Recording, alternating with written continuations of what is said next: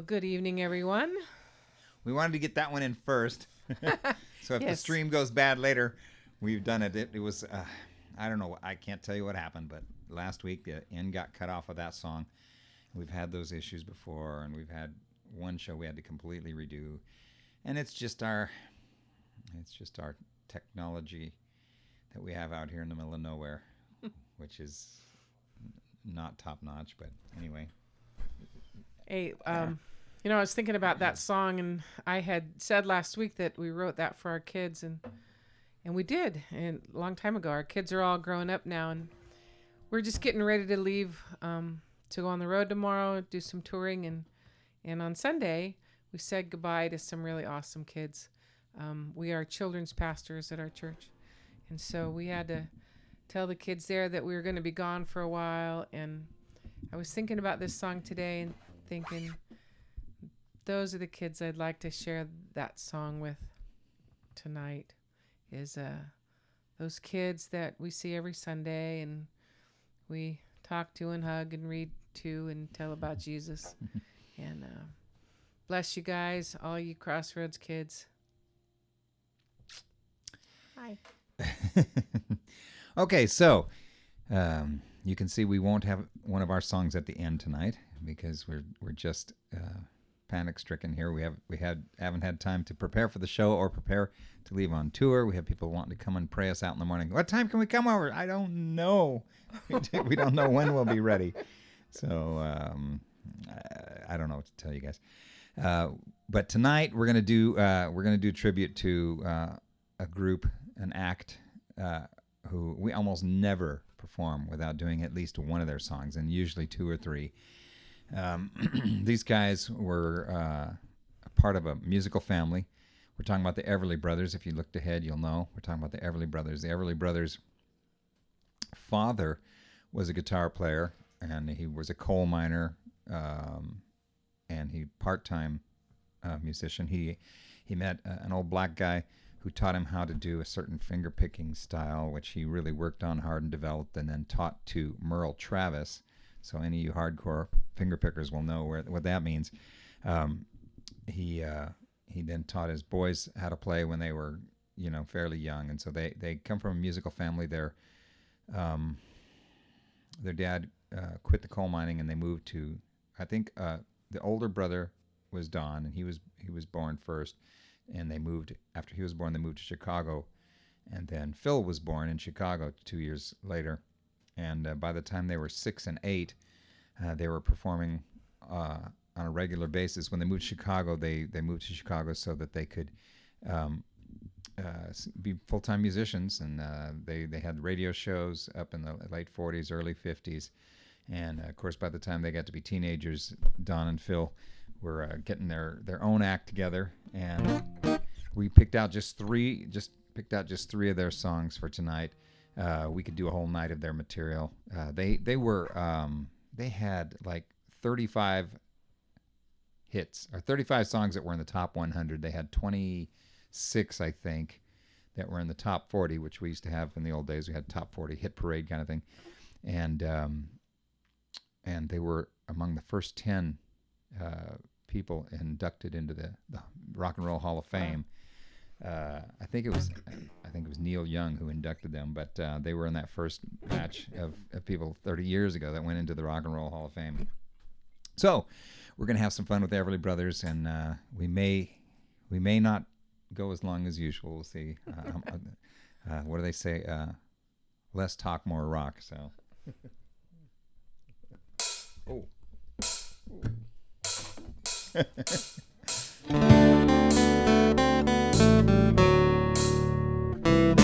Dream, dream, dream, dream, dream, dream, dream, dream. When I want you in my arms, and I want you and all your charms. Whenever I want you, all I have to do is dream.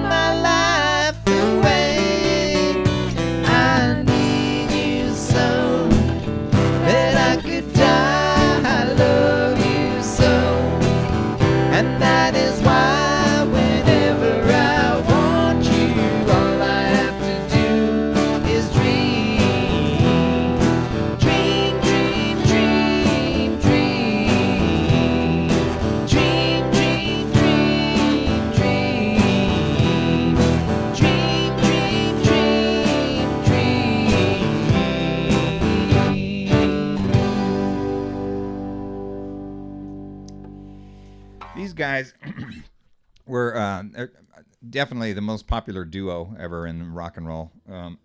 Like I said, they had tons of hits and chart-topping songs. Excuse me.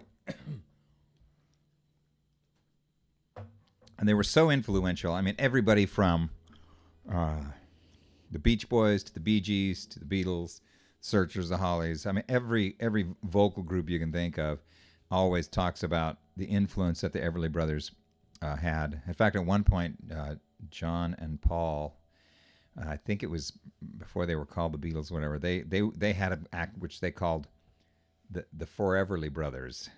Forever, like forever, the Foreverly Brothers, and they went and were in some contest or something as the Foreverly Brothers. And I remember seeing a special on the Bee Gees back in the 70s when they were big hot thing, doing all their disco stuff and talking about how this is always what they always wanted to do, and the disco music, that's what they always wanted to do, is that kind of stuff. And then they switch, and the guys sitting around in the living room playing guitars and singing Everly Brothers songs and stuff. I said, yeah, that's not disco. But they were hugely influential, and they were influential on me. Even during the British invasion days, me and my friend Dan Everett would sit around at school playing guitar and singing. We'd still sing Everly Brothers songs, and they were just amazing. Let's see. I remember when we hadn't been doing this oldies thing for too long together. We used to sing at a deli. And hi, Victor. It was Victor's New York Deli. I called it Garage Band Heaven because we would practice there with the band at night. And Victor would play with us. He played drums, and we had a great time. And, of course, there was all the deli stuff there that you could just go, like, when we were take done, a break, get food. So it was like Garage Band Heaven. But we played there on Monday nights, and then after a while on Saturdays, and then sometimes we had special evening things, special kind of events. But most of the time we just played there at lunchtime, one day a week. Uh-huh. And we had fans that would come there every week. There was like a core that would come every week. And I remember that they would judge that day's performance by how many Everly Brothers songs we sang. we do one, and then we do another. Go, that's 2. And we go along a while, and then we do another. That's 3. They might as well have been marking it on the wall. That and hot rod songs was what they wanted to hear. Car songs and Everly Brothers songs. This next song was their first hit. They were actually a friend of the family was a gentleman you may have heard of by the name of Chet Atkins. And he really he was a friend of their dad, and he liked the boys. He talked about how intelligent they were and well-mannered and educated and everything. And he got them a record deal on his record label, and they put out their first record and bombed, and they got dropped. And then they got with another company called Cadence, and they put out this song, which was their first hit. The first song, the first one didn't even really count. This was their first song. First song probably came out in 1957, I want to say. And on their very first song, nobody knew who they were. They came out of nowhere, and their very first song was a million seller, and it was this one here.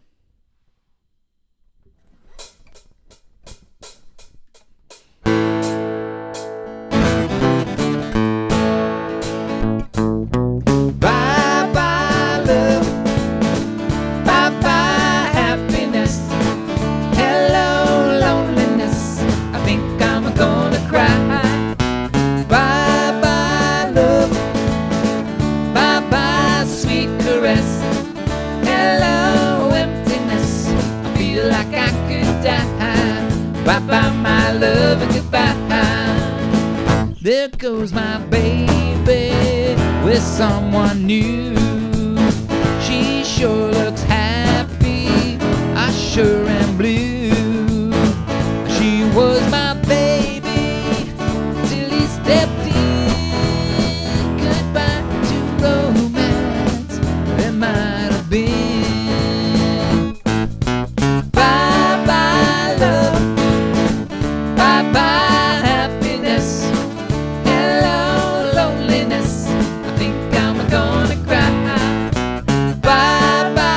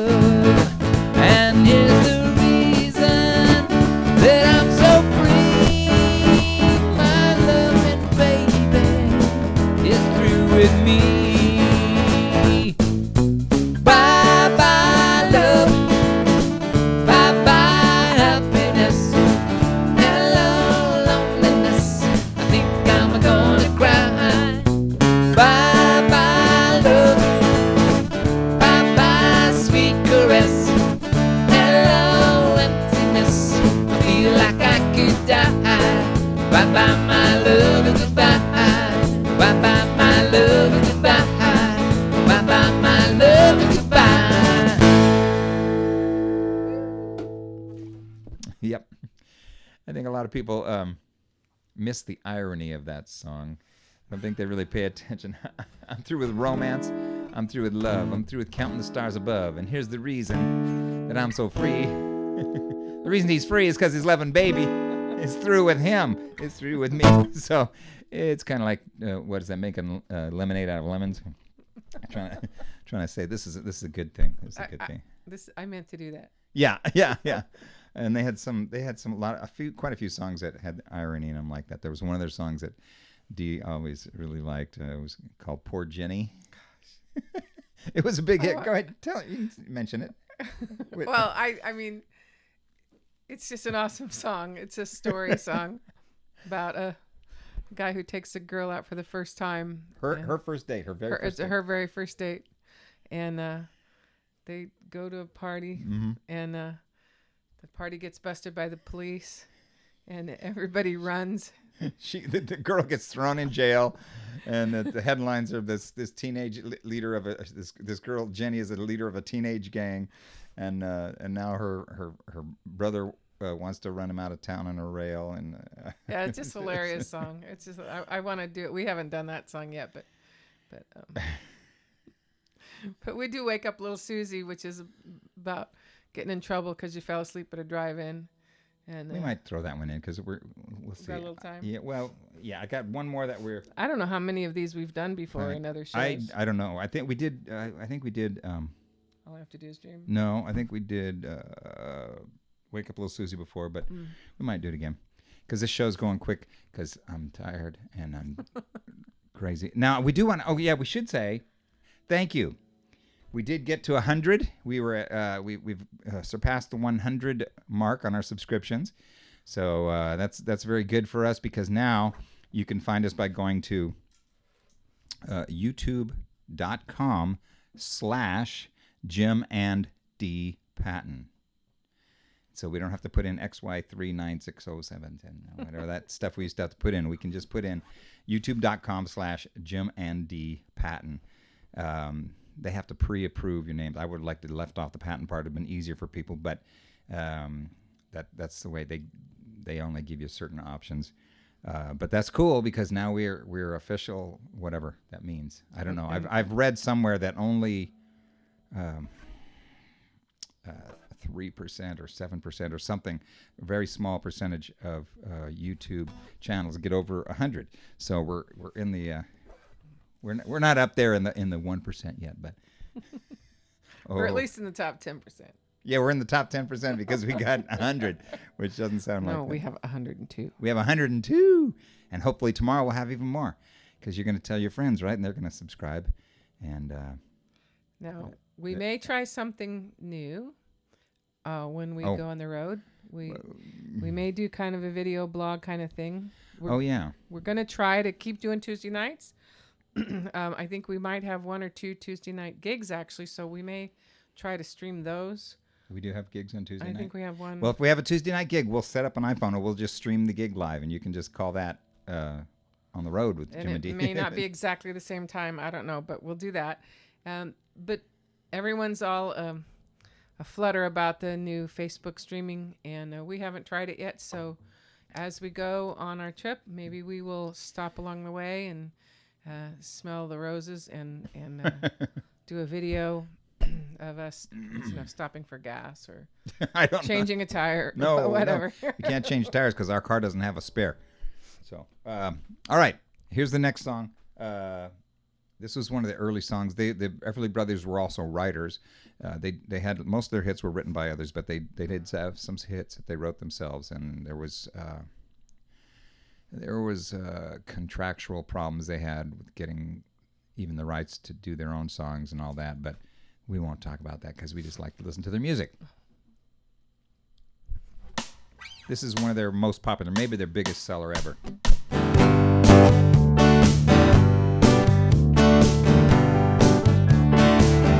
Don't want your love anymore. Don't want your kisses, that's for sure. I die each time I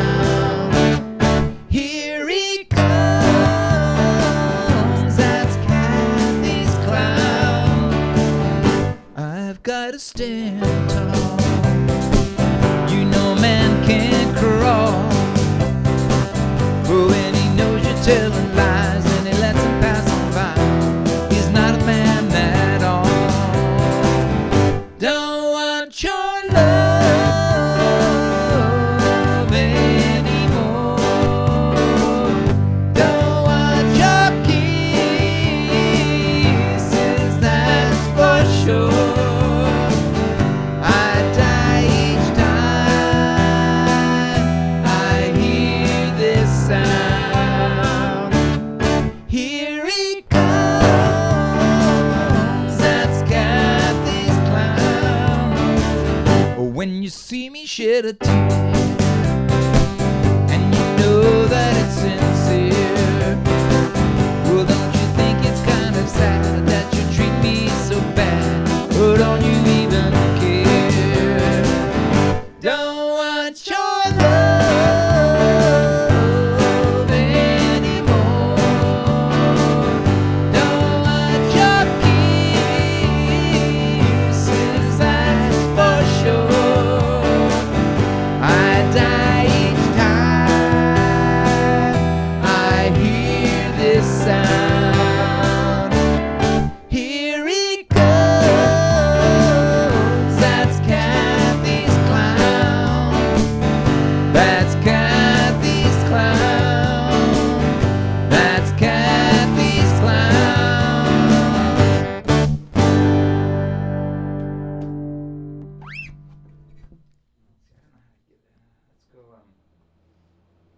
Okay, I'm gonna get another one. We didn't prepare. We weren't gonna do this, but I'm gonna find it. Hang on. Not Wake Up Little Susie? Oh yeah. Oh, yeah? Okay. Might as well. Dance. Let's see. Where are you? There it is. Okay, I think this will be our last one. It might be a short one tonight, but that's okay. This more rock, less talk. This is we're doing this for a second time by popular demand. I demand myself to do it, so I like this song. It's one of our most popular songs. Yeah, it is one of the popular songs that we do. Here we go. This might have been their second hit or something like that.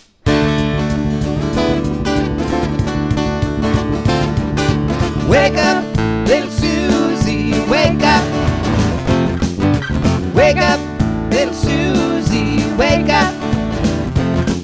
We've both been sound asleep. Wake up, little Susie, and weep. The movie's over, it's 4 o'clock, and we're in trouble deep. Wake up, my little Susie. Wake up, my little Susie.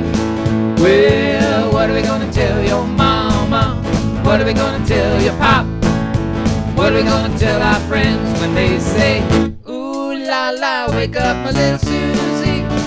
Wake up, my little Susie. Well, we told your mama that we'd be in by 10. Yeah, Susie, baby, looks like we goofed again. Wake up, my little Susie. Wake up, my little Susie. We gotta go home. Wake up, little Susie. Wake up. Wake up, little Susie. Wake up. The movie wasn't so hot. It didn't have much of a plot. We fell asleep, our gooses cooked, our reputation is shot. Wake up, my little Susie. Wake up, my little Susie. Well, what are we gonna tell your mama? What are we gonna tell your pop? What are we gonna tell our friends when they say, ooh la la, wake up, my little Susie. Wake up, my little Susie. Wake up, my little Susie.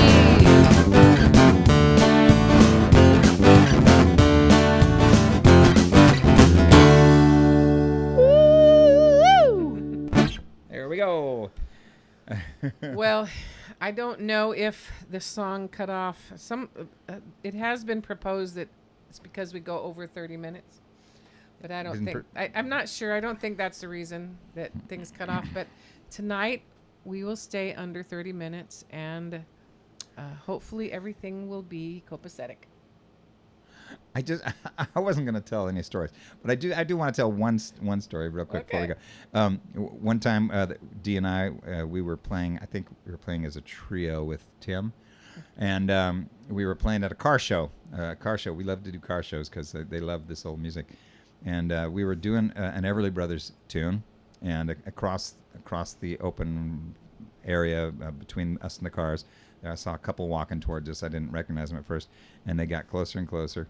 And then as we were getting toward the end of the song, they came right up in front of the stage, and I recognized as some friends of ours, Dallas and Linda Holm, and Dallas just bowed down on the edge of the stage, and was I don't know what he was doing, but he was like, oh, like, not worthy of yes, it. doing something like that. And I was cracking up. And then when we stopped, his wife said, yeah, we were walking across the park, we walked across the lot, and Dallas said, listen, it's Everly Brothers. And Linda said, that's not the Everly Brothers. Dallas said, yes, it is. She said, no, it's not. He said, yes, it is. I know the Everly Brothers when I hear them. It was us. And she said, no, it isn't. It's Jim and Dee. Anyway, so much for that. That was just... So we can impersonate the Everly Brothers. I don't know. I don't know who's supposed to be Don and who's supposed to be Phil. I don't know. I'm usually going to be doing the Phil part, but I don't know. Dawn was the lead singer. I don't know. We do a lot of Everly Brothers songs where she sings too. So anyway, we're going to cut this short tonight so we can start packing. Now, we got to tear down the studio and pack up a bunch of this stuff to take tomorrow. So thanks for joining us. Please continue to get your friends subscribe. Do the likes and the is that what it is? Likes on Facebook? Yeah, they have them on, and the thumbs up on the YouTube thing, and add the comments and all that stuff that people keep telling us we're supposed to tell you to do. So that's it. That's it. I guess say goodnight and make requests and tell us what we should do when we run out of songs. Yeah, because we will run out of songs before the end of the year. So go ahead and maybe not. All right. Turn that thing off. Thank you, guys. Good night, everyone. See you on the road.